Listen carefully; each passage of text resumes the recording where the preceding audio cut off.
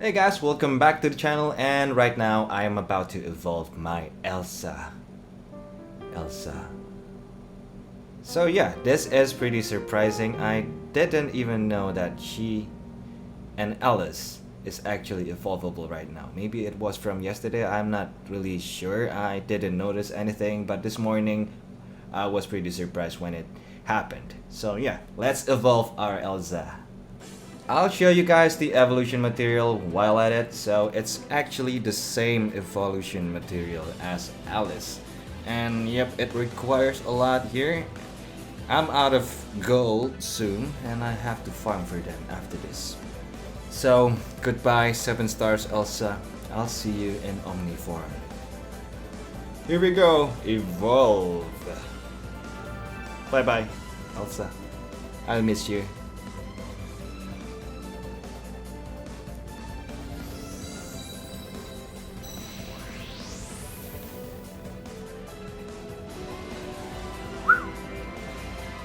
Hey there, kitty. She's alright now, so I need to move forward now too.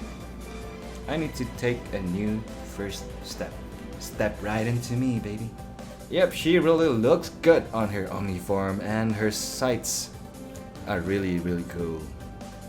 So, alright, let's take a look at her new abilities on her Omni form. So she got a little upgrade from her 7 stars form, so now she has that 40% boost to max HP, where on her 7 stars it wasn't there. But she still has that 80% boost to attack, BC efficacy, and also the same spark damage boost, BB gauge, and restores HP. BC efficacy is at 50%, the BB fill on spark is at 2 to 3 BC per spark, and the heal from spark is at 300 to 500 per spark.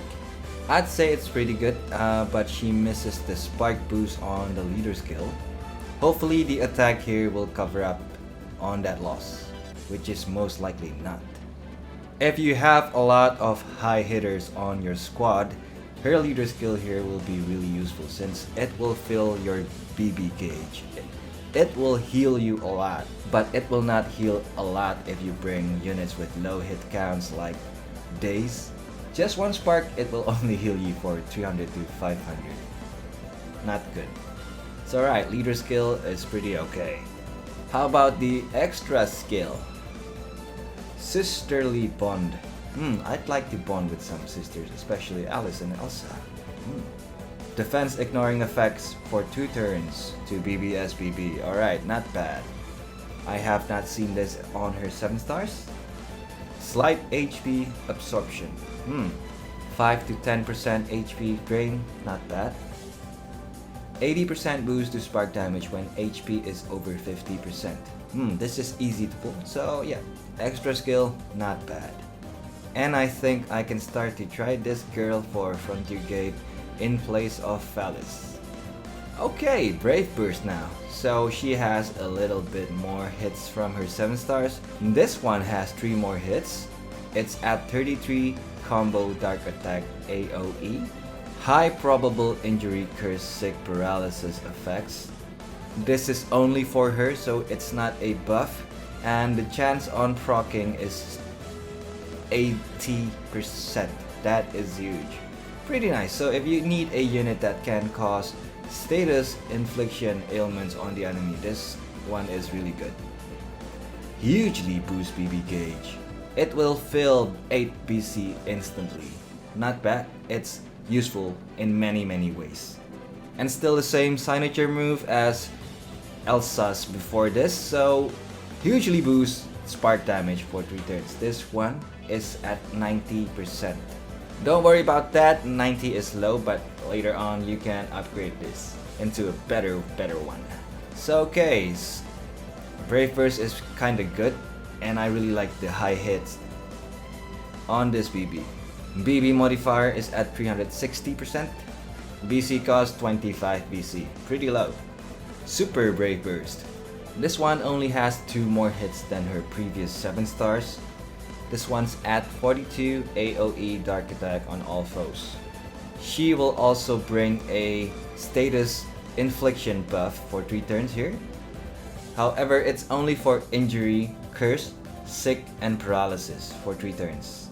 It has an 18% chance to inflict injury and sick, while for the paralysis and curse, it's only 10% chance of proccing. Still good. It still is good. Hugely boost spark damage for 3 turns. Same rate as her BB, it's at 90%, but don't worry about that. She will also has an HOT for 3 turns and BB fill for 3 turns. While the BB fill is at 7 BC per turn, which is really high, and you can upgrade this later on. The HOT is really high, at 3,500 to 4,000 per turn plus 15% of the target's recovery, so it's really high. The 42 hits will come in handy if you need a spark blanket. That is a really huge hit amount. BB modifier on her SBB is at 560%, pretty low, but don't let those numbers trick you. She will still bring a lot of damage. BC cost is at 30 BC, really manageable there. Now, Ultimate Brave Burst. This one has 5 more hits than her previous version on the 7 stars. This one's at 49 combo massive Dark Attack AoE with a random status ailments infliction. Don't forget, this is a 100% chance on applying. So if the enemy that you attack can take any status ailments, it will be there. Useful for a lot of trials. Remember Graph Dance? And also for raids. The spark damage, she also has a spark damage boost on her UBB. The spark damage is at 200% and more damage against status afflicted enemies for 3 turns. She will bring 300% more damage on those status afflicted. She'll also help you guys by filling your BB gauge for 3 turns at 50 BC per turn. Somehow basic, but this will be a lot useful for you guys. I love it. BB mod at her UBB is the standard one. It's at 1500%, while the BC cost is at 30 BC. Maybe close to her counterpart, her sister. Pretty basic, but a lot of usefulness in your squad. And she is ELZA. What else do you need? Now enhancements. Pretty basic, but from what I see here is actually there will be a need for more than one ELZA that you will have to raise, because all the good ones here are at 50 and 40 SP and you can take them all at the same time, so you will need 1 or 2 to get all the benefits from her.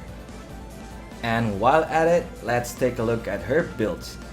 So there's actually 4 builds for her, and build number 1 and 2 here, the one on that side, is the ones that I will take for my 2 first ELZAs.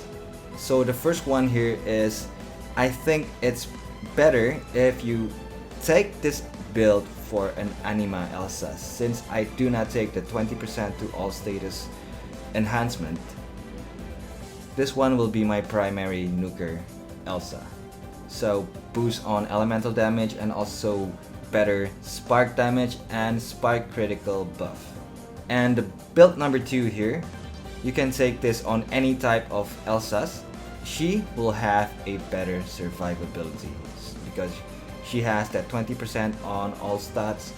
She will still have damage because of the boost on elemental damage and more BB fill each turn. This one will add 2 more BC each turn, so from 7 to 9 BC per turn. The last one here, I will take the spark damage boost because I don't want this one to override the spark buff from the first one. So this will be the 2 ELZAs that you need. The next build for her is actually if you don't have Felis, if you don't have Sirius that will fill your BB on spark, you can take this one. While she won't have that enhanced spark boost, she will have other benefits from the enhancements. And build number 4 here is if you don't have those critical spark buffer, you can take this one. She will still have that toughness from the 20% to all status, elemental damage boost, more BB fill, and of course the spark critical buff. So that's all the builds for her. What I think about ELZA. First of all, she is ELZA, yep, another princess of BARIURA, and one of the most iconic unit in Brave Frontier. Everybody loves ELZA, and a super cutie and a hottie. I think she is still the best spark blanket and spark buffer in the game. She will be useful for a lot of things. A lot. You can actually bring her for anything. And no matter how you build your squad, she will fit in whatever enhancements you take. I'm pretty sure you guys are really happy as I am right now about her evolution on Omni, which comes suddenly. And I guess now it's time for me to raise her, so I will go on a Mega Metal Parade Rampage and also Imp Dungeons after this. I hope you guys are ready to evolve her to her Omni form, and I hope you guys enjoy this video. Like it if you do. So you want to share this with your friends, go ahead, do it. I don't mind. And if you're new to my channel, this is a really good time to subscribe. Just press that fun button over there and join the fun train. I guess that's all for now. Thank you guys for watching. I'll see you guys later. Bye bye. Cheers.